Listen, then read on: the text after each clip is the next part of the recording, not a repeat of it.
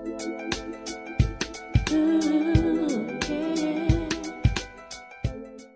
want to welcome you to Dream Chasers Radio with me, your host, Yaya Diamond. What's up, peoples? How you doing? It is a great day, and I have an author on the show. You know, I am telling you, authors are amazing. If you've ever written a book, you know what I'm talking about. It takes brain power, imagination, details. It's like you have to go all the way back. And if you're doing like different subjects, education or, politics or food, I like food.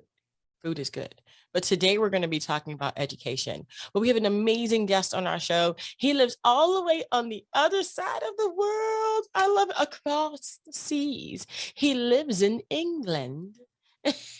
And I want to welcome Mr. Alan Scher. Welcome to the show.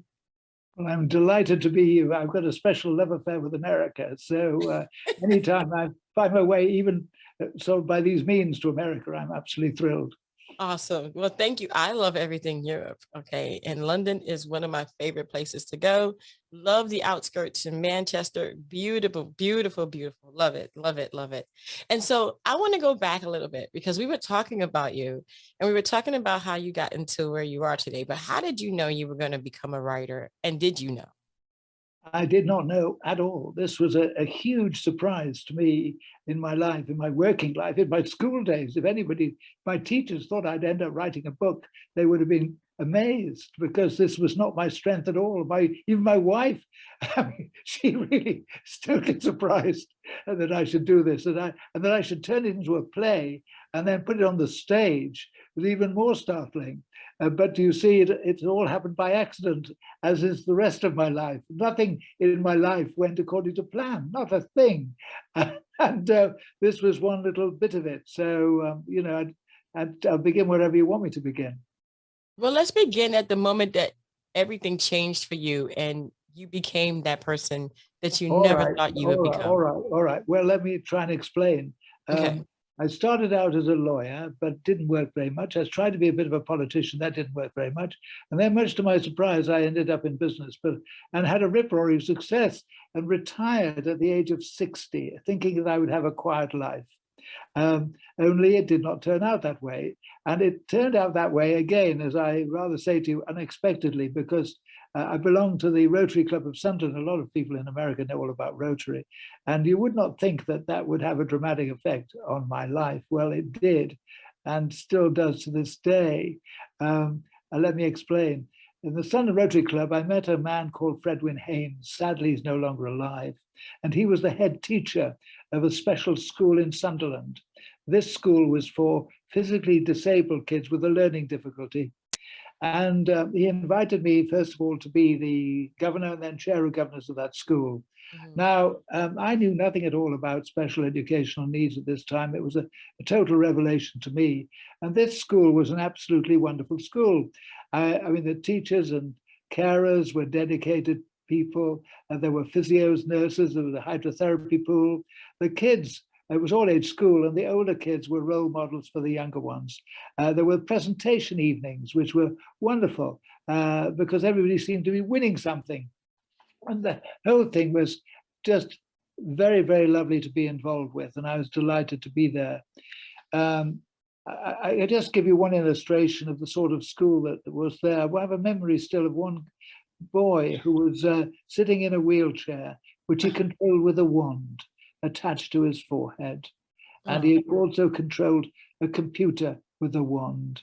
So, that was a liberation for him. And that's a sort of indication. There were kids that had been in mainstream. There was one, I remember, a girl who had language difficulties, and she'd been bullied in mainstream schools, and she came to that school. There's another one who was a friend of mine to this day called Ashley Ritchie. Now, Ashley, when I knew her, I mean, she was actually a fantastic girl. But I mean, just to show you, on these presentation evenings, she hit the head teacher over her head with a rolled up newspaper as part of the fun of the evening.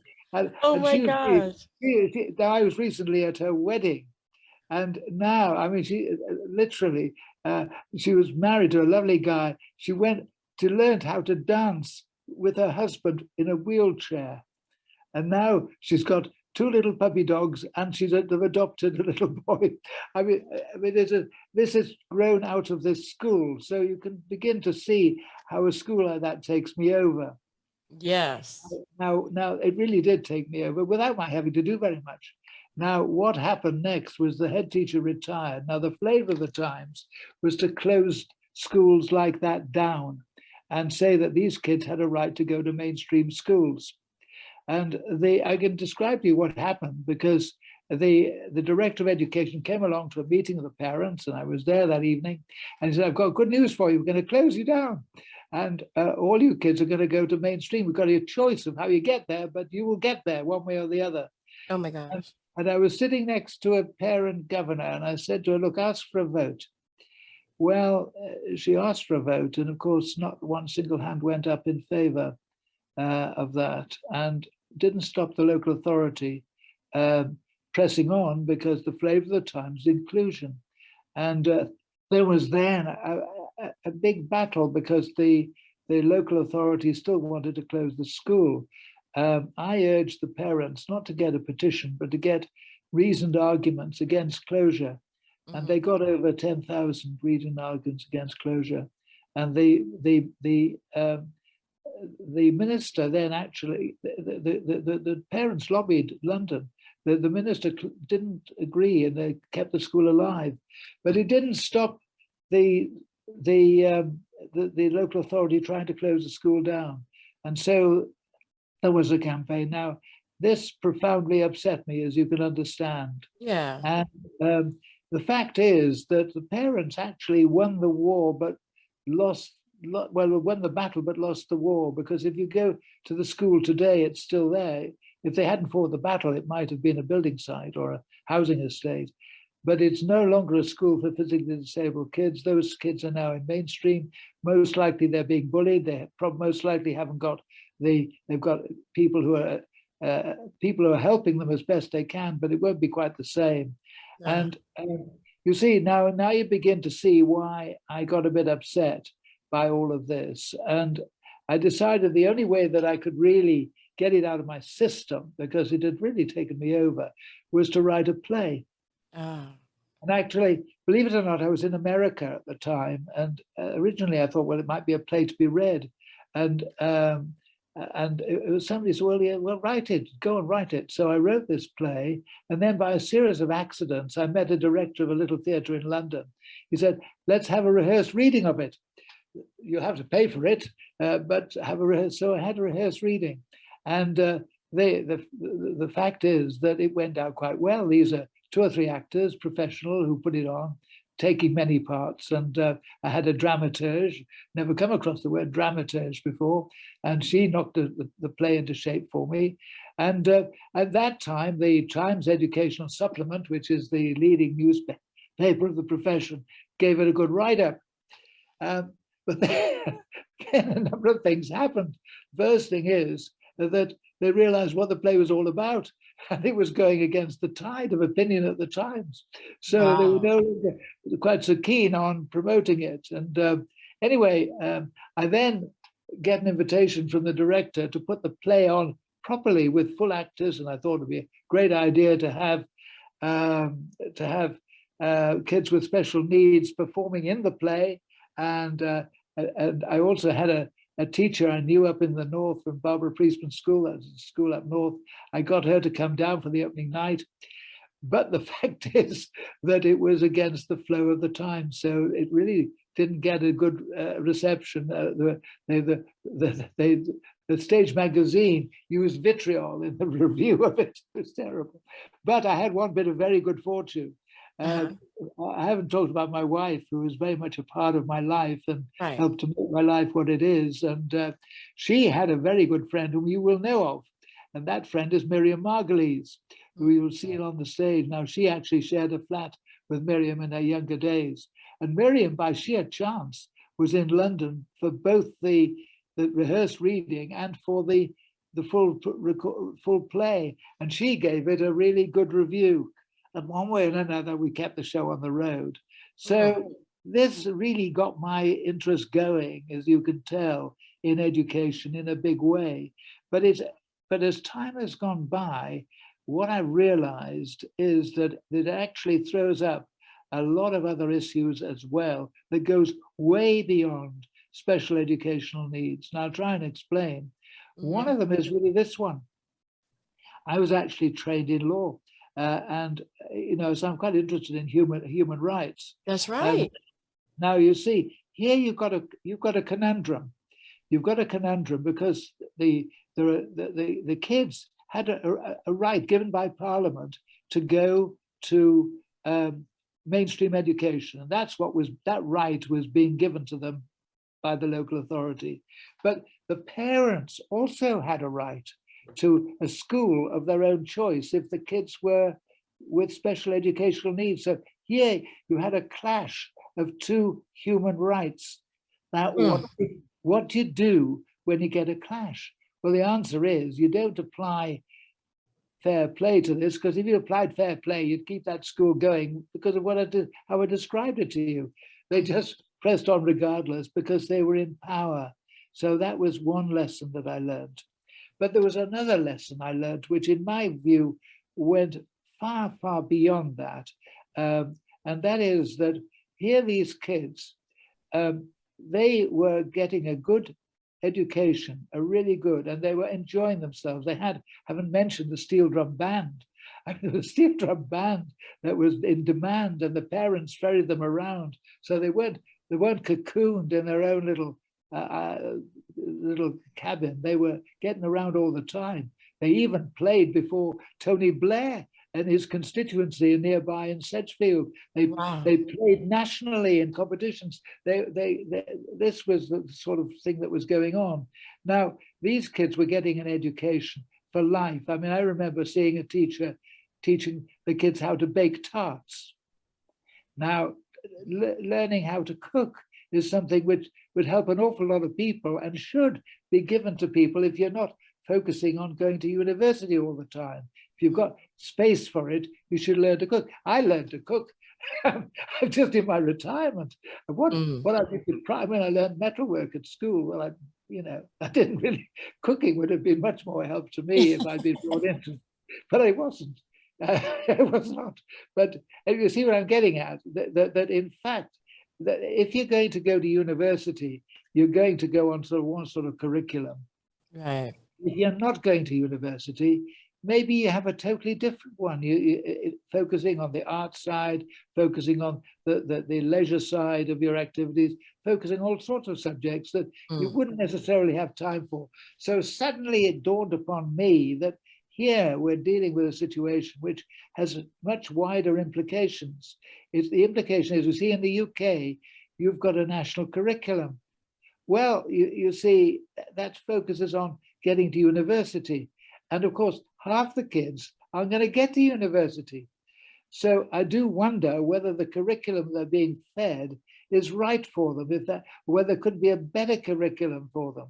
You see where I'm coming from. And you see, I'll tell you something else, that what you read about today is a lot of kids are put on Ritalin.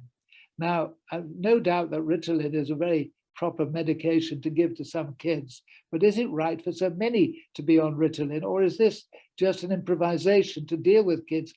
Remember what Ritalin is dealing with: attention deficit hyperactivity. Well, it may be the kids are just bored with the subject that they're on, and they're just throwing a bit of a tantrum. I mean, and then just to feed them Ritalin is not necessarily the right answer. Right. What I'm really saying is that what I discovered goes way beyond what I've found. And to say the essence of I've written now my autobiography, which tries to make this point that life is a learning experience. I've got this quote that makes me sound more literate than I am, from T. Delhi, that you end up where you started from and see it for the first time. Well, I think that some people end up where they started from and see it as they saw it for the first time. They don't, but I necessarily have changed my perceptions of things. I used to think the purpose of education was equality of education, equality of opportunity to go to a university. Well, that's not it. You're going to fail. There's many more objectives. And when I got into my working life, which was not a legal one, it was a different one entirely, I discovered that people were succeeding in that life without a degree. And the suggestion that you've got to get a degree in order to succeed is quite wrong. There Yeah. are many, many ways that you can succeed in life. And really what I realize is that a lot of things have got to be rethought out in this 21st century to get it right. It's a very difficult time we're living through now, heaven knows. I'm extraordinarily sorry for the people who are having to come through it. I mean, we had our problems, they've got theirs, and I'm very sorry. But why I write is to try to give some clues as to where to go from here, because it's not necessarily where they were in the last century. We need some new thoughts, and I hope that I can provoke them. I hope that gives you a clue as to why. It does. Just a little clue. Just here's the tiny one. But no, definitely, I understand where you're coming from. I mean, children learn at different paces, especially when they have a difficulty or they have a challenge, and they need to have those special needs met. And going to a regular school is just not going to cut it. And unfortunately, they got pushed back into a school that they don't need to be in. Literally, I think they were growing and becoming how would I say, a productive member of society, if I should say it like that, where they were learning to actually work with what they had. Now, they're probably not going to do that. It's kind of like a cookie cutter kind of education system that we all have all around the world. Basic information that's been given that just doesn't suit everyone. And unfortunately, can I just read something out to you? Which I yeah, think definitely. I would love that. Well, you see, I've got this book, which is the Death of a Nightingale book. Yes, please. Yeah. And I got this quotation. Mm-hmm. Now, this is not from a socialist. This, in the UK, we've got people who are what are called Lib Dems. It's a sort of a combination of a liberal and a socialist. Okay. And what this guy said, called Phil Wills, and he was the former Liberal Democratic spokesman for education in the Commons in 2001. Working in Chapeltown in the late 1960s convinced me that unless we could educate the whole community together, wherever they came from and whatever their needs and disabilities, frankly, we would breed dysfunctional communities. It is a point of principle to me and my colleagues that inclusive education goes to the heart of the educational system. Now, that is a generalization. And you shouldn't address education like that, because you've got to look at the individual needs of kids. Yes. You haven't got to social engineer, which is really what this is trying to do. Exactly. And I've got another quote from an academic. It's important to be clear, therefore, that an analysis of costs and outcomes cannot properly be used to determine the question of rights. Well, that's a nonsense. You've got to look at costs and outcomes before you determine rights. Otherwise, the rights are an absolute nonsense. They're a charade. The whole thing is a charade. So I think, as I say, unfortunately, I think the present generation have got to look very, very hard at the people who are teaching them, because unfortunately, I think some of the people who are teaching them are simply teaching them the error of their ways. And that is not a good idea. So, I mean, there's a guy called Ken Robinson. Now, I do urge you to just zoom in on him or Google him or whatever it is.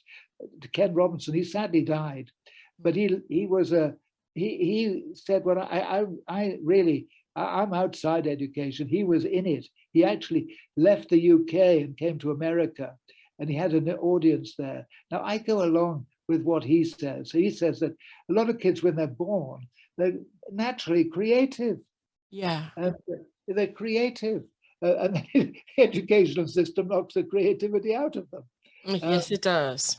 And he uses an example, which I was a startling example. There's a place in America, Dead Valley, I think it's called, where it's so hot that nothing grows. And a few years ago, apparently, there was a very, very heavy rain. And the following year, the place was full of flowers. Now, what he says is that this is life. You think that the kids have got nothing to offer. They've got a lot to offer. but you've got to bring it out of them. You've got to provide a system that encourages people to grow and be creative and give of themselves and be of their best. You see, I'm very conscious of the fact that this word equality causes a lot of trouble. Equality is a mischief word because we're not all equal, we're different. Yes. And this is where the problem comes. You see, we're equal only sometimes. Some people think we're equal always, but we're not. We're equal only sometimes. We're different always. And this is the key to education, is to respect the differences. Yes. And people are so often say, oh, we've got to have parity of esteem. What a load of bullshit, parity of esteem. I mean, you see, again, I mean, I watch these things, and you have this lovely lady, Michelle Obama. Now, Michelle Obama came over to the UK and she spoke to a school in England, a girls' school as it happens. I keep thinking the boys have got to look out because people like Michelle Obama, because she said to this girls' school, be the best you can be.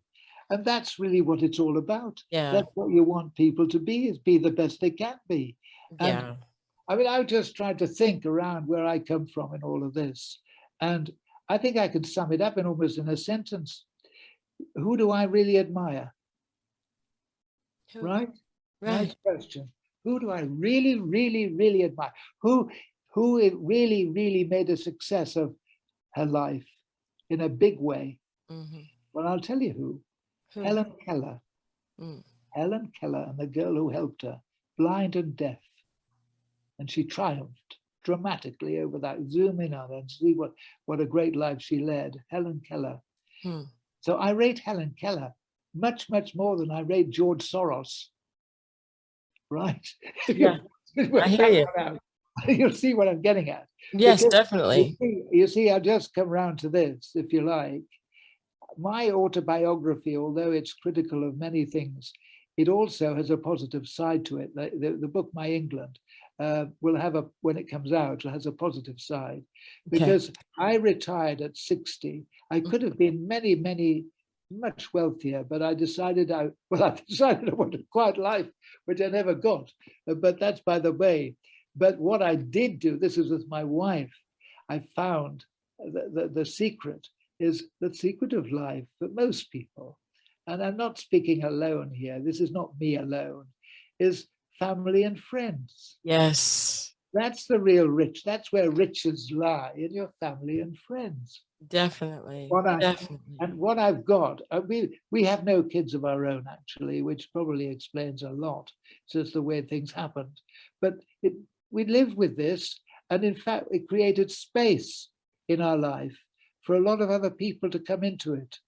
And we've seen the way in which they have most wonderful lives. And I give you one example, if I may, just recent example.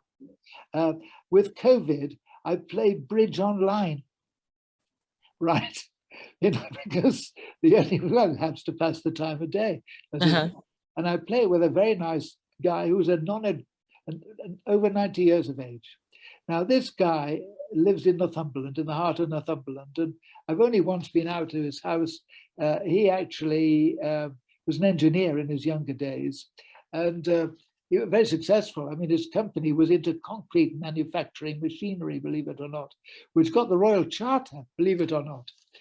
Anyway, this guy I play bridge with, and he's got children and grandchildren, and he's, which is lovely. And he's got a swimming pool in his house. He's also got a railway line for his grandkids with a three-rogue line. Now I just discovered that his wife, I don't know as well, but she's just got an award. For 30 years, she's been working for Riding for the Disabled.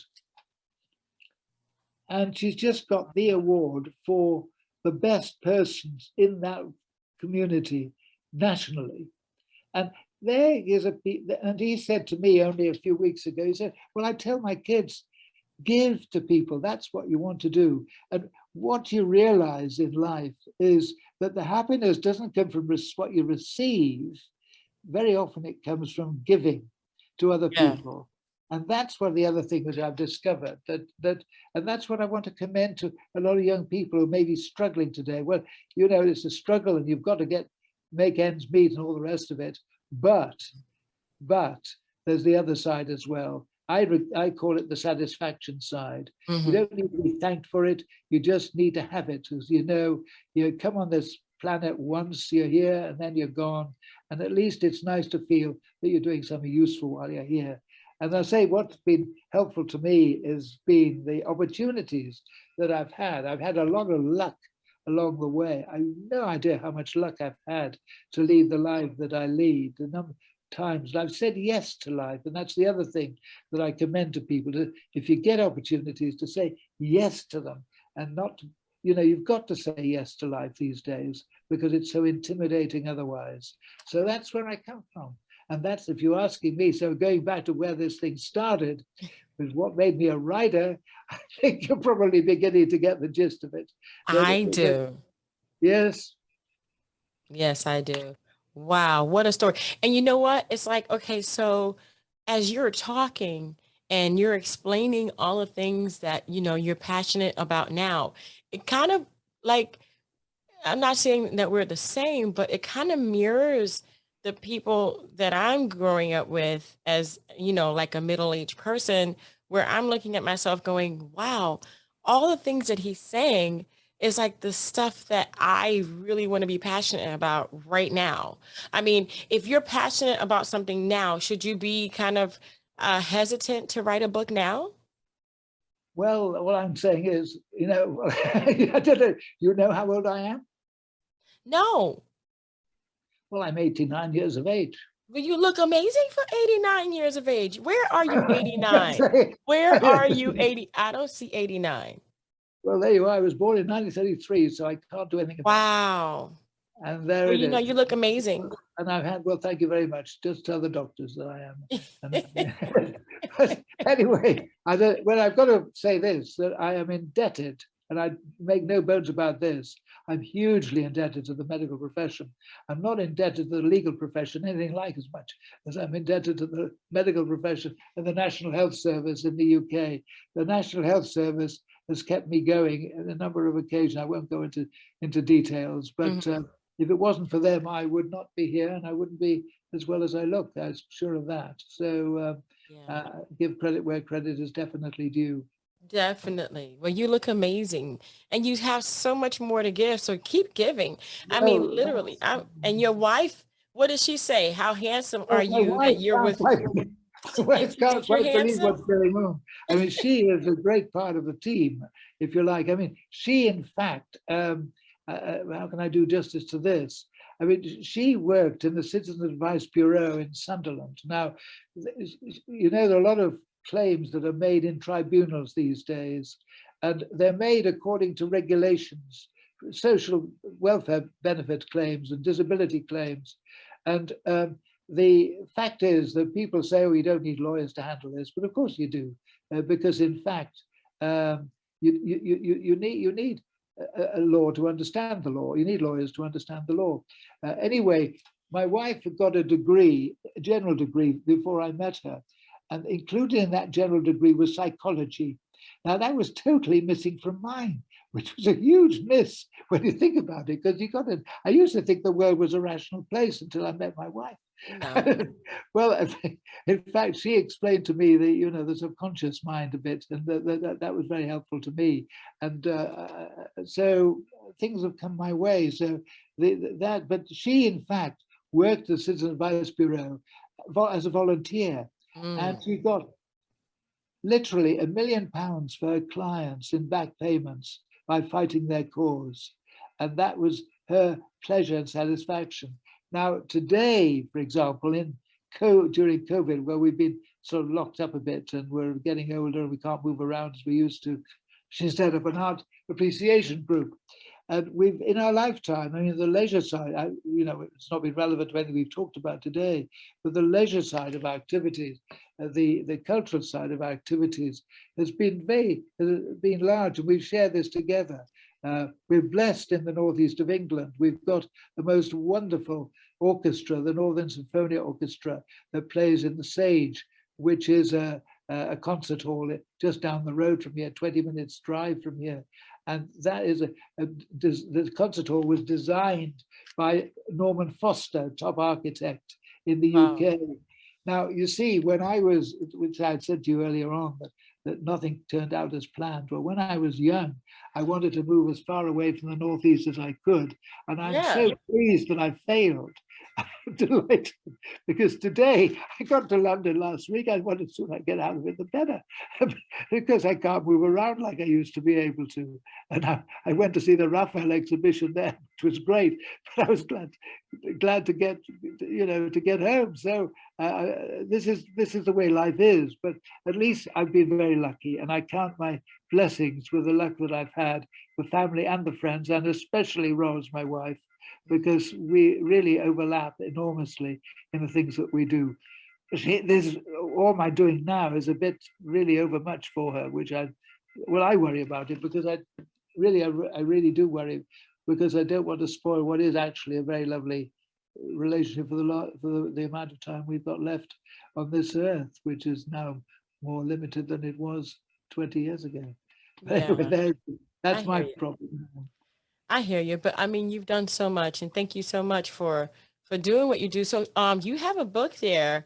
I saw it down there somewhere. It's your book. Show me your book.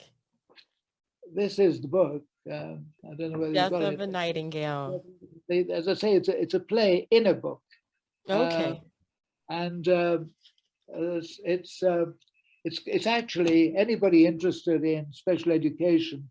It's also a case study of how, in my view, inclusion went off the rails, how it went wrong, because there's a lot of detail in the back of it. And there's another side, which is not. Have we got time to talk about another side of it? Oh, we're gonna have to come back for that. You're gonna have to come back on the show for that. Well, I've got the spiritual side of life. We never talked about the spiritual side of life. We're gonna have to do that. We're definitely gonna have to do that. Definitely gonna have to do that. So, okay, so Alan, yeah, definitely. Alan, let me tell you something. You have a plethora of information that people need to hear. And The Death of a Nightingale, you guys have to go and check that out for yourself if you are interested, or if you are in the special needs programs here in the United States and overseas. It's something to look at. It's something definitely to look into, because I'm telling you, we need to know how to, how would I say, facilitate different people. And like Alan said, we're not all the same. We're human beings, but everyone has a different need. And this book is going to specifically go into what those needs are, and how we, as just regular people, can probably lift our voices and make this be heard, because we definitely need to do that. That's exactly it. See? Thank you I very knew much it. for saying that. Yes. Very much indeed.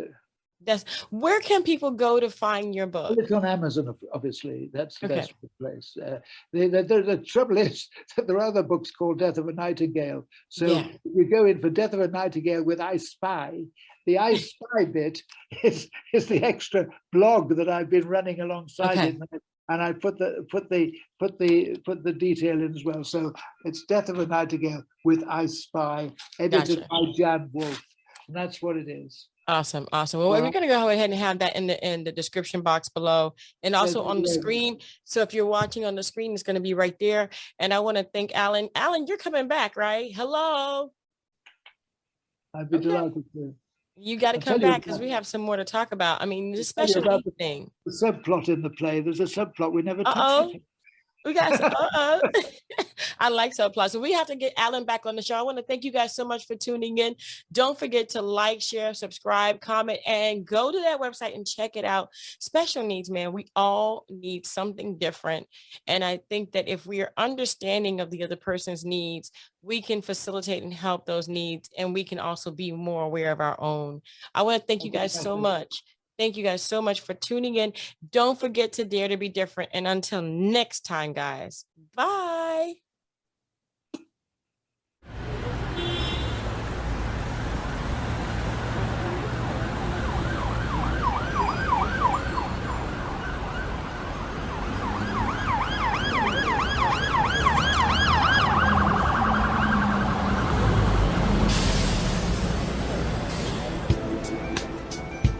Ooh, yeah.